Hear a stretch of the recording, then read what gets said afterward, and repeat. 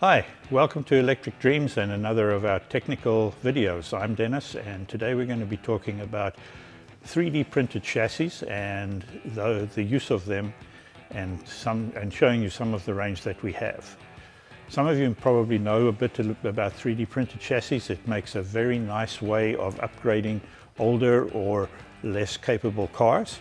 Not that these are incapable, but for example, here we have a Fly Ferrari 250 GTO, which, as you know, has a front motor and rear drive, so not always the most accurate way or the best way of running a slot car competitively.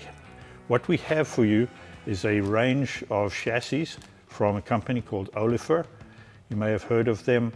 They are available on Shapeways, but the chassis that we are stocking here at Electric Dreams come directly from Portugal, from Olifer themselves, and are subject to all of their quality control and their printing in the carbon infused nylon that they use, which is a very good system that gives them extremely stiff and accurate chassis.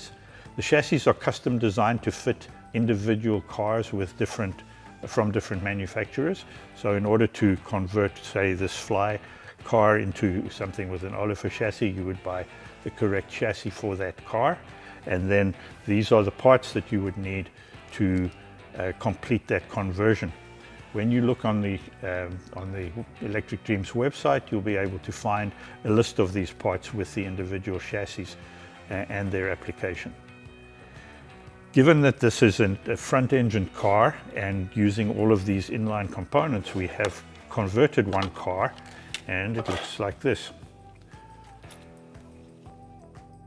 You'll see that I've been able to, for example, transfer the exhausts that were on the back of the original car onto the same holes that are provided on the Olifer chassis. The mounting positions of the car are exactly the same, so everything screws directly in. I've used the original motor from the Fly car in this one, taken its long drive shaft off and put the pinion from the drive shaft back onto the motor, and then added in the slotted gear and axle and rear wheels. I managed to turn down or sand down the original rear wheels to make wheel inserts for the rear. And here we have a ready-to-run car. This one has silicone tires on it. You could obviously fit any particular tires that you require. One thing to note is that of having moved the motor back in the car, there is no longer space for a full interior like there was originally. So you're faced with a choice of either doing some modifications, cutting clearance into the original interior, or using a shallower interior of some sort, or maybe finding a generic vacuum formed one. So the idea is that this provides you a car that has a better chassis, a podded chassis to have movement in it, the ability to use high quality axles and bearings and gears, and still have a car that looks very good, has the same kind of performance that you would expect from a slotted car or something like that, but with the Fly bodies.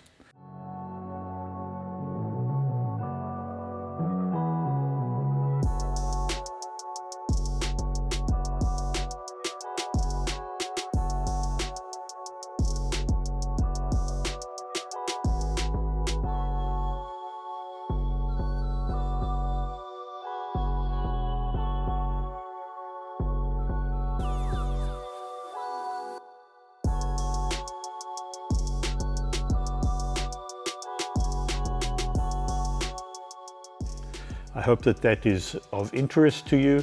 I know it was of interest to me because I have a large number of Fly cars that I might like to convert. And of course, the chassis provide you with the ability to run multiple different slotted pods, so you could run an inline or a sidewinder. Thank you very much, and keep slotting.